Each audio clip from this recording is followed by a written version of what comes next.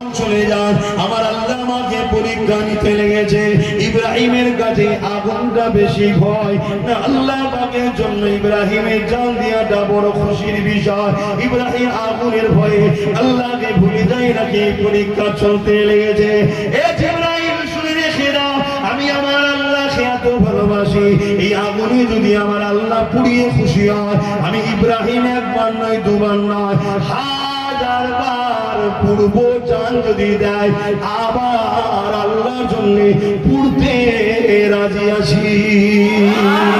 আমি আল্লাহর উপরে এত ঈমান, এই আগুনের ক্ষমতা নেই আল্লাহ যদি না চায় পুড়তে পারে, এই আগুনের ক্ষমতা নেই আল্লাহ যদি না চায় আমি ইব্রাহিমকে পুড়াতে পারে। আমার আল্লাহ যদি চায় এই আগুনে পুড়বে ইব্রাহিম, আর এর জন্য আল্লাহ খুশি হবে।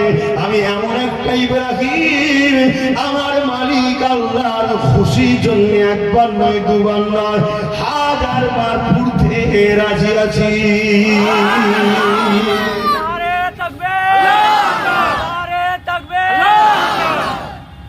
আজকে কারো ক্ষমতা আছে তোমাকে মিথ্যা জেল দিতে পারে? বলো, আল্লাহর বিনা হুকুম ছাড়া। আমার আল্লাহ যদি তোমায় পরীক্ষা করে কিছুদিন জেল খাটাতে চায় মিথ্যা কেসে, তোমার একটু পরীক্ষা করে তোমার ঘরটা কোনো জালিমকে দিয়ে ভাঙিয়ে দেখতে চায় যে বান্দা আমায় ছেড়ে দেয় না, অন্যায়ের দিকে চলে যায়, তুমি মন খারাপ করো কেন? হ্যাঁ, আমি আব্বাস সিদ্দিকী, আমাকেও তো আল্লাহ পরীক্ষা দেয়, কিছু কাজ করতে গেলে বাধা হয়ে যায়। কখনো কখনো শুনি আমার মাহফিল ওপর থেকে সব ঘুষখোর এসে বন্ধ করে দিয়েছে। ঘুষখোর বোঝেন না, বন্ধ করে দিয়েছে কেন? এতে মন খারাপ করলে হবে? এতে বলতে হবে আল্লাহ ভালোবাসে বলে তাই তো পরীক্ষা নিচ্ছে। দুনিয়ায় হাজারো মৌলানা মুফতি বক্তা আছে, কারো বেলায় বাধা হয় না, আমার বেলায় বাধা হয়। আলহামদুলিল্লাহ, আল্লাহ আমায় পছন্দ করে তাই তো পরীক্ষা নিচ্ছে। কই আমি তো গিয়ে জলসায় আল্লাহর বিরুদ্ধে বলি না, নবীর বিরুদ্ধে বলি না, আর বড় বন্ধ হচ্ছে কেন? কথা মাথায় ঢুকছে না, ঢোকে না। তাহলে তোমার হাজারো গ্রামে ছেলে আছে সুদ খায়, মদ খায়, মারপিট করে, গরিবকে লোটে, চুরি করে, ডাকাতি করে, জুলুম করে, মস্তানি করে, কারো দোকান ভাঙলো না, কারো নামে কেস হলো না, কারো ঘরটা আটকে গেল না, তোমারটাই আটকে গেল। তোমার তো বোঝা দরকার যে তোমাকে আল্লাহ পরীক্ষা দিচ্ছে, এ চাপে পড়ে শয়তানের দিকে যাই না, আমায় ধরে রাখে দেখবে। তোমাকে সবর করতে হবে। কিন্তু আমার অজয় অসুবিধা হচ্ছে না, যেটা বাস্তব ঘটে সেটা শোনাচ্ছি। যুগে যুগে ইসলামের সব থেকে বড় দুশ্মন ছিল মুনাফিক মুসলমান। এটা মানে একজনে বলেন মানে? যুগে যুগে ইসলামের সব থেকে বড় দুশ্মন ছিল মুনাফিক মুসলমান। তাই নবী আমার বলেছেন, আল্লাহ কোরআনও বলছে, প্রকাশ্য বেঈমানের থেকেও মুনাফিকের ঠিকানা সব থেকে কঠিন জাহান্নামে। মুনাফিক কে? নামাজও আছে, রোজাও আছে, দাড়িও আছে, টুপিও আছে, কলেমাও পড়ে, সব করে, কিন্তু মুমিন মুসলমানদের ধোঁকা দিবার জন্য করে। ভেতরটাই আল্লাহ রাসূল নেই, শয়তানদের জন্য জায়গা আছে। এ হলো মুনাফিক। এর ঠিকানাটা কি? প্রকাশ্য যারা আল্লাহ মানে না, নবী মানে না, তাদের থেকেও এর জাহান্নামের শাস্তিটা বেশি। শুনছেন আপনাদের কারো সব দিচ্ছে নাকি মুনাফিক হবে? তখন না কিছু কিছু ছেলে আমার সাথেও মুনাফিকি করছে। সামনে দেখা হলে আসসালামু আলাইকুম, ওয়ালাইকুম আসসালাম, কি জগৎ, কি ভালোবাসা, আবার পিছনে খবর পেয়েছি সেই শয়তানি এলাকায় গিয়ে আমার ভালোবাসার ভাইদের উপর জুলুম করছে। কথাবার্তা ঘুরছে। এতে মন খারাপ করার কিছু নেই, সবর করতে হবে, ধৈর্য ধরতে হবে, ধৈর্য ধরতে হবে। কেন আমার আব্বা ইব্রাহিম আপনাদের আব্বা নয়? এক কথা বলে, আপনারা তো ধন্য যেটা নবীর বেটা হতে পেরেছি। আমরা তো সব নবীর বেটা। খুশি না বেটা? জোরে বলে। হ্যাঁ, কত বড় নবী, কত বড় নবী। নামাজে জিনাকে আজও ইয়াদ করা হয়। আল্লাহুম্মা সাল্লি আলা মুহাম্মাদ ওয়া আলা আলি মুহাম্মাদ কামা সাল্লাইতা আলা ইব্রাহিম ওয়া আলা আলি ইব্রাহিম। এত বড় নবী, সেই নবী বলি বেটা আমরা, অর্থাৎ প্রতিটা মুসলিম হলো আমার রাসূল ইব্রাহিম আলাইহিস সালামের সন্তান। জোরে বলুন সুবহানাল্লাহ। তাহলে আমাদেরকে দুনিয়া যেন ধোকাই না ফেলে দেয়, আমাদেরকে অভাব যেন ধ্বংস না করে ফেলে, আমাদেরকে কোনো জালিম শাসক যেন বেঈমান না বানিয়ে ফেলে, আমাদেরকে কোনো লোক যেন আল্লাহ থেকে দূরে না সরিয়ে দেয়। এটা আমাদেরকে ভাবা দরকার আছে না? না, অজে অসুবিধে হচ্ছে। প্লেন দুটো ঘটনা বলে চলে যাবো, এত ব্যাখ্যা না দিয়ে? তাহলে বলুন চলে যাচ্ছি। আমার কি আছে, আমার কি আছে? কিন্তু মনে রাখবেন, শোনেন একটা কথা বলুন, হক কথা যদি না বলা হয়, কিয়ামত দিন আমার জিভকে টেনে আল্লাহ কপালে পেরে দিয়ে মারবে। আমি হুজুর বলে ছাড়লাম না, আমি তো হুজুর তোমাদের কাছে, আল্লাহর কাছে হুজুর নাকি? আল্লাহর একটা দাস আমি। তাতে আমার জিভকে টেনে এই কপালে মারা হবে পেরেক দিয়ে। তুই হক কথা বলিস নি, এই জন্য বলতে হবে বাপ। তাতে লিভার হয়ে যান, না লিভার হয়ে না, আমাকে কেন ডিস্টার্ব করছেন? আমি তো বলি না, কি গো বলবো না? কারা কারা বলছেন বলতে একটু হাত তুলে যাচ্ছে। হাবা নারে তাকবীর, নারে দিবা, কুরআন ও সুন্নাহ, কুরআন ও সুন্নাহ, দ্বীন ইসলাম, নারে দিবা। আলহামদুলিল্লাহ, একটু দরুদ পড়তে পড়তে আগিয়ে আসা যাবে? একটু দেখেন না, দরুদ শরীফ। আল্লাহুম্মা সাল্লি আলা সাইয়্যিদিনা মাওলানা মুহাম্মদ ওয়া আলা আলি সাইয়্যিদিনা। আল্লাহুম্মা সাল্লি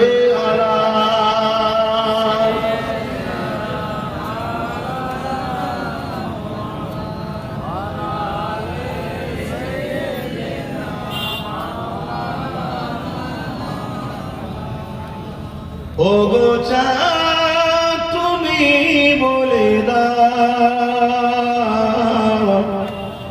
আমার নবীজি কোথায়? ও গো চাঁদ, তুমি বলে দাও আমার নবীজি কোথায়? কোথায় গেলে পাবো নবীকে? কোথায় গেলে পাবো নবীকে?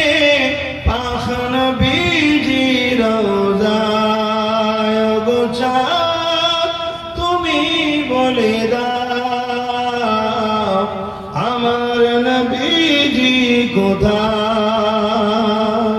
লাখ লাখ হাজিরা হজ পাখি যায় আল্লাহর কাবা ধরে, তারা যে কয় ও গো কাবা, তুমি বলে দাও আমার নবীজি কোথায়? কোথায় গেলে পাবো নবীকে? কোথায় গেলে পাবো নবীকে? পাখ নবীজির রওজায়। আল্লাহুম্মা সাল্লি আলা সাইয়্যিদিনা মাওলানা মুহাম্মদ ওয়া আলা আলি সাইয়্যিদিনা। আমার আব্বাজানের, আমি যে কথা বলছিলাম, আব্বাজান ইব্রাহিম আলাইহিস সালাম, আমাদের আব্বাকে আল্লাহ পরীক্ষা দিলেন, আগুনে ফেলে দেওয়া হবে। ইব্রাহিম আলাইহিস সালাম কি বলছে? আগুনের ক্ষমতা আছে, পোড়াতে পারে? বলেন না, আগুনের ক্ষমতা আছে? সবাই বলে, আমি বিশেষ করে যুবকদের বলছি। কেন যুবকগুলোকে ভেতরে ভেতরে ভেতরে ভেতরে একদল ইবলিসের চালারা কাফের বানাচ্ছে, প্রাকৃতিক পূজারি বানাচ্ছে, বাস্তব পূজারি, বাস্তব দেখাচ্ছে, হ্যাঁ এটাই হবে, এটাই হবে। একমাত্র মুহাম্মদ সাল্লাল্লাহু আলাইহি সাল্লাম ছাড়া দ্বিতীয় কাউকে ফলো করুন। খুব ভালো করে বোঝো, আমাদের জন্য দুটো দলিল। বেশাক আদিল্লাতুল ইসলামে আরবাআতুন, শরীয়তে দলিল হলো চারটি। আদিল্লাতুল ইসলামে আরবাআতুন, এই দুটো হলো মূল। একটা হলো কালামুল্লাহ আর একটা হলো হাবিবুল্লাহ। এই দুটো হলো ইসলাম। একটা হলো পাক কোরআন শরীফ আর একটা হলো পাক পবিত্র মুহাম্মদুর রাসূল। জোরে বলে সুবহানাল্লাহ। শুধু হাদিস বললে হবে না, কারণ অনেক হাদিস নাসেখ মনসুখ হয়ে গেছে। এজন্য রাসূল বলেছেন, মান আহাব্বা সুন্নতি, মান আহাব্বা হাদিসি, মান আহাব্বা সুন্নতি, যে আমার সুন্নতকে ভালোবাসলো, ফাকাদ আহাব্বানি, সে আমাকে ভালোবাসলো, যে আমাকে ভালোবাসলো, কানা মাই ফিল জান্নাহ, সে আমার সঙ্গে জান্নাতে যাবে। জোরে বলুন সুবহানাল্লাহ। কেননা এই একটা হাদিস দ্বারা আর একটা হাদিসকে মনসুখ করা হয়েছে, বাদ দিয়ে দেওয়া হয়েছে। কেমন? একটা রোগী ধরেন না, ডাক্তারের কাছে গেছে, প্রেসক্রিপশন করেছে, 1 মাস পরে গেছে, ওই প্রেসক্রিপশন দেখার পরে রোগীর কন্ডিশন দেখে নতুন ওষুধ দেয়, ওই প্রেসক্রিপশন বাকি। কেন? তখন ডোজ দিয়েছিল হালকা, রোগীর ধাপ দেখেছে, এ এখন যদি 80 পাওয়ার দেয় সহ্য করতে পারবে না, একে প্রথম 20 পাওয়ার দেওয়া হবে। কথা বুঝে আসছে না? শরীর ভিটামিন খেয়ে চাঙ্গা হয়েছে, এবারে একে ডোজ পাওয়ার দাও। এই ডাক্তার এরকম যেমন তৈরি, বুঝাবার জন্য বলছি। আমার রাসূল পাক সাল্লাল্লাহু আলাইহি ওয়াসাল্লাম ইসলামের প্রথম সময়ে সাহাবা হুজুরদের ঘরে কিছু কথা বলেছে, পরবর্তীতে আবার সেটাকে বাদ দিয়ে আরেকটু করে বাড়িয়ে দিয়ে অন্য কোনো কথা ছাপিয়েছে। তাই রাসূল পাক সাল্লাল্লাহু আলাইহি ওয়াসাল্লাম বললেন, তোমরা আমার সুন্নাতকে ভালোবাসো, তাই নবীকে মডেল হিসাবে মানেন। আল্লাহ কোরআনে এটাই বলছেন, উসওয়াতুন হাসানা, সবথেকে উত্তম মডেল হলো আমার মুহাম্মদ রাসূল। জোরে বলুন সুবহানাল্লাহ। আল্লাহ কোরআনে আরো বলছেন, মা আতাকুমুর রাসূল ফাখুযুহু ওয়া মা নাহাকুম আনহু ফান্তাহু। আমার নবী যা আদেশ করেছে মানো, যা নিষেধ করেছে ছাড়ো। তুমি ভারতে থাকো আর আমেরিকায় থাকো আর যেখানেই থাকো, ফেরাউনের ঘরে থাকো আর নমরুদের ঘরে কাজ করো, ওটা বড় কথা নয়। তুমি যদি আল্লাহকে বিশ্বাস করো, কবরকে বিশ্বাস করো, আখিরাত বিশ্বাস করো, জান্নাত জাহান্নাম বিশ্বাস করো, মিজান বিশ্বাস করো, ফুলসিরাত বিশ্বাস করো, হিসাব দিতে হবে, তোমার মালিক একমাত্র আল্লাহ, এটা যদি তুমি বিশ্বাসী হও, তোমার জন্য কোরআনের এই আয়াত, নবী যা আদেশ করেছে মানো, নবী যা নিষেধ করেছে ছাড়ো। এতে ধরে কল্লা থাকবে না যাবে ওটা পরের কথা। খোদা যদি বলে রাখবো, পৃথিবীর সমস্ত অস্ত্র এক জায়গায় করেও তোমায় কাটতে, ইব্রাহিম নবী পেরেছিল? বাচ্চাকে পেরেছিল কাটতে? কিন্তু ভালোবাসায় আল্লাহর জন্য নিয়ে গেছিল, তাই তো নাকি? কিন্তু পেরেছে কি? কেন পারে না? আল্লাহ বলেছে কাটবি না, তরোয়ালের ক্ষমতা আছে। এই কথা সারা দেবেন তো? ঠিক তেমনই আল্লাহ এর নবী ইব্রাহিম বলছে, জিবরাইল আগুনের ক্ষমতা নেই পোড়াবে। আল্লাহ যদি হুকুম দেয়, চাই, তবে আগুন পোড়াতে পারবে। তাহলে আমার আল্লাহ যদি চায় ইব্রাহিম পুরুক, তাহলে আমি কেন চাইবো না যে আমার মালিকের খুশিটা খুশি আমার? তাহলে আল্লাহ যদি তোমায় চাই, একবেলা খাওয়াবে আর একবেলা খাবে না, তুমি কেমন আল্লাহর দাস? কেন খুশি নয়? আল্লাহ যদি চাই তোমাকে কিছুদিন জেল খাটাবো, তুমি কেমন আল্লাহর দাস? কিছুদিন জেলে যাচ্ছ না কেন? এমনি তো দুনিয়া ওয়াসিতুল মুমিনিন, মুমিনদের জন্য এই দুনিয়াতে এমনি জেলখানা। আল্লাহ যদি চায় তোমার ব্যবসাটা এই বছরে পুরো ক্ষতি হয়ে যাবে, আবার পরে দেওয়া হবে, তা আল্লাহর ফয়সালায় কেন আমি তুমি রাজি হতে পারছি না? কেন আমরা সেই কুরবানি হতে বলুন পারিনি? আমরা সেই ঈমান, সেই বিশ্বাস, সেই ভক্তি রাখতে পারিনি। আব্বা হযরত ইব্রাহিম আলাইহিস সালামকে আগুনে নিক্ষেপ করে দেওয়া হলো। ইব্রাহিম নবী উঠতে লেগেছে, এবারে আগুনে গিয়ে পড়বে। আমার আল্লাহ জানিয়ে দিল, আগুন আমার ইব্রাহিমের জন্য বন্ধ হয়ে যা না, এটা বলেনি। আল্লাহ যদি বলতো বন্ধ হয়ে যা, বন্ধ হয়ে যেত, আবার আগুনকে ধরানো যেত। আর বন্ধ তো তুমি আমিও করতে পারি, পানি ঢেলে দিলেই তো বন্ধ হয়ে যাবে।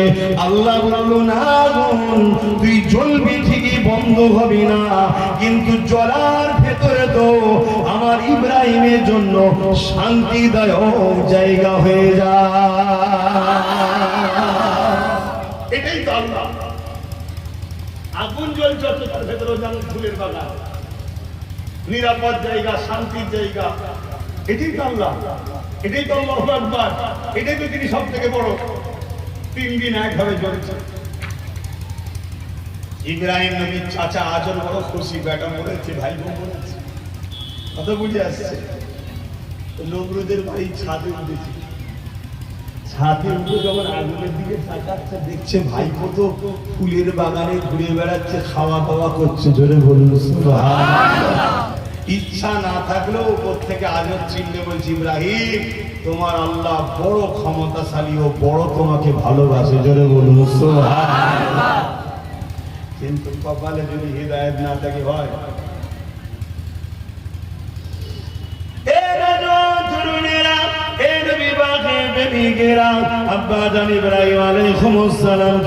এইভাবে আল্লাহ প্রথমে জানের পরীক্ষা নিল, আল্লাহর প্রেমেতে দুনিয়াকে প্রমাণ করে দিল।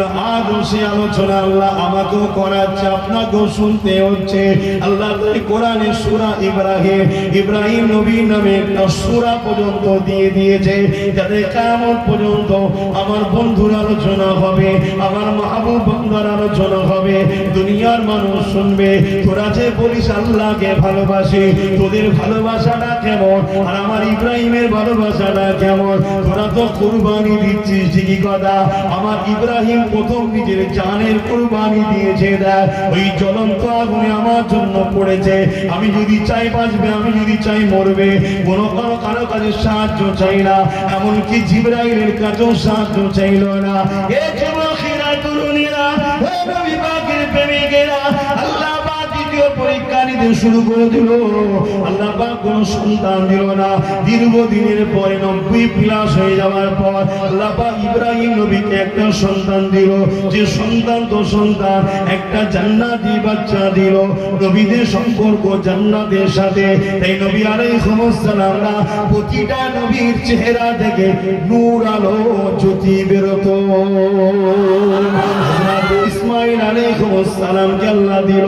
যখনই বাচ্চাটা দুনিয়ার জমিনে এলো, এত বছর পর এলো, আমার আল্লাহ জানিয়ে দিল, ও ইব্রাহিম, প্রতিবেশী বাচ্চা পরিবারকে তো সবাই ভালোবাসে, আমি প্রিয় না, তোমার বাচ্চা স্ত্রী বেশি প্রিয়।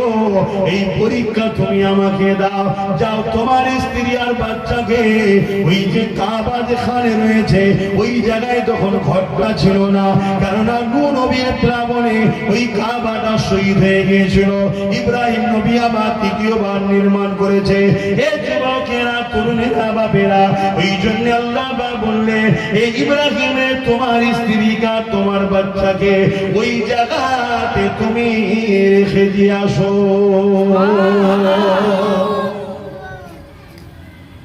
যদি বলা হয় মায়ের বাড়ি বাপের বাড়ি রেখে আসো, তাই আমরা রেখে আসতে চাই না। কি করছাম না, আমার বাচ্চা আমার কাছে থাকবে, আমার স্ত্রী আমার কাছে থাকবে, কি রেখে আসতে চাই কেউ? আর এখানে আল্লাহ কি হুকুম করছে? গরম হচ্ছে নাকি? একটু বলবেন, কষ্ট হলে বলবেন, আমি দোয়া করবো, কেন আপনাদের এলাকায় আবার প্রচুর গরম। কথা বুঝে আসছে, আমি তো 7 কেজির টাইম দিয়েছিলাম। কথা বলে এই ঠান্ডা গরম হচ্ছে, আমারও কষ্ট হয়ে যাচ্ছে। কিন্তু দুনিয়া তো কষ্ট করারই জায়গা, তাই তো নাকি? দুনিয়া শান্তির জায়গা নাকি?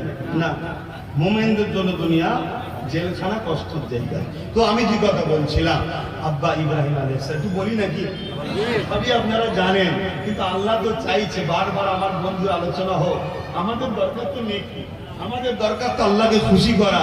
যে আলোচনায় নেকি হয়, যে আলোচনায় আল্লাহ খুশি হয়, একবার কেন 1,00,000 বার কেন, কোটি বার বলতে অসুবিধা আছে?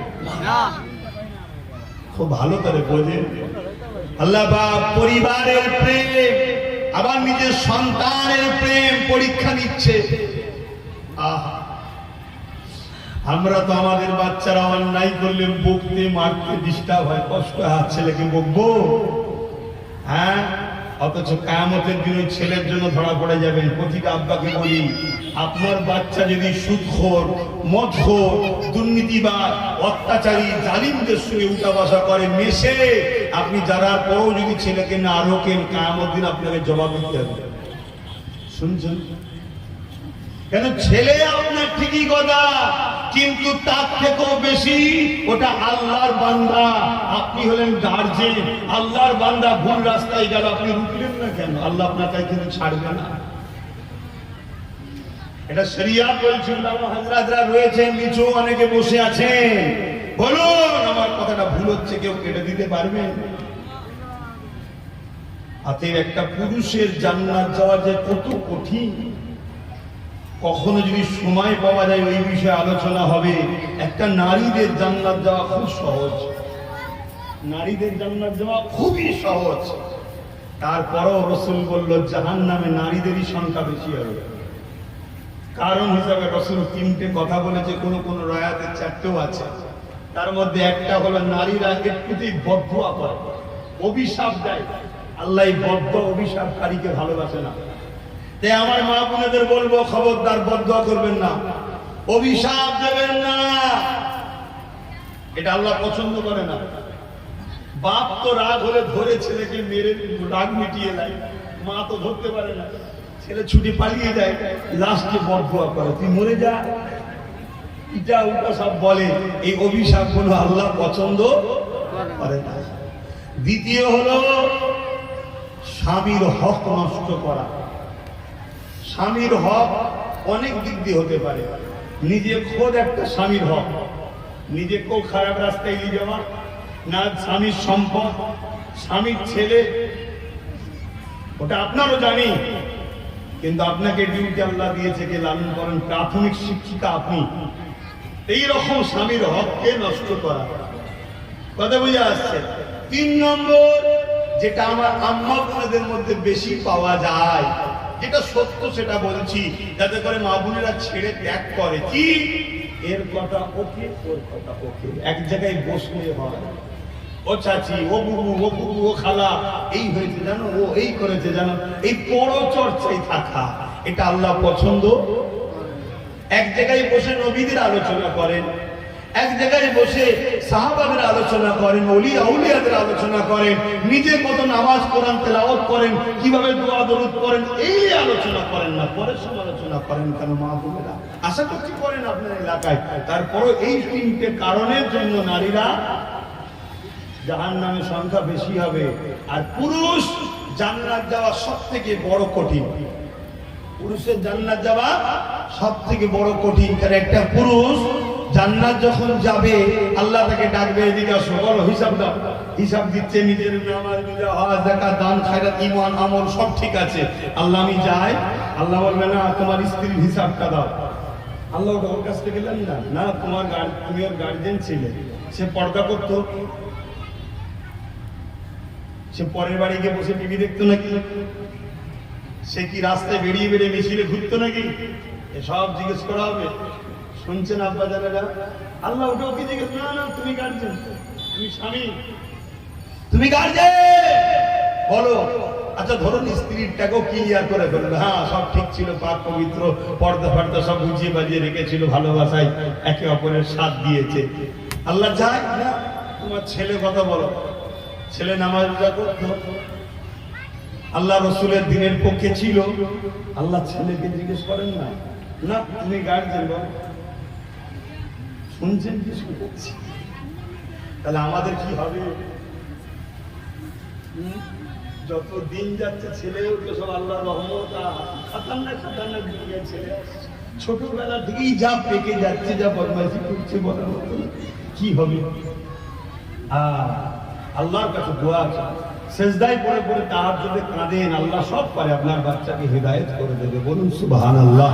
তো যার বিষয়ে আলোচনা নয়, আজকে যে বিষয়টা আব্বা ইব্রাহিম আলাইহিস সালামকে আব্বা আল্লাহ হুকুম করে দিলেন, এই ইব্রাহিম তোমার স্ত্রী আর তোমার বাচ্চাকে ওই মরুভূমি যেখানে কাবা রয়েছে ওই মক্কাতে রেখে আসো।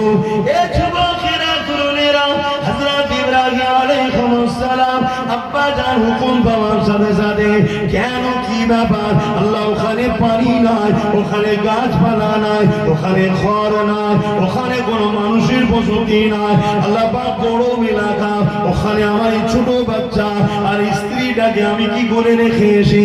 এমন কোন প্রশ্ন ইব্রাহিম নবী করেনি। আল্লাহ পাক হুকুম করেছে, ইব্রাহিম নবী সঙ্গে সঙ্গে হুকুমের তামিলের জন্য রওনা রওনা দিয়েছে স্ত্রী বাচ্চাকে সাথে করে নিয়ে মক্কায় চলে গেল ইরাকে বাবন শহরে হুজুরের ঘর ছিল ওখান থেকে রওনা দিয়ে মক্কা জমিনে চলে গেল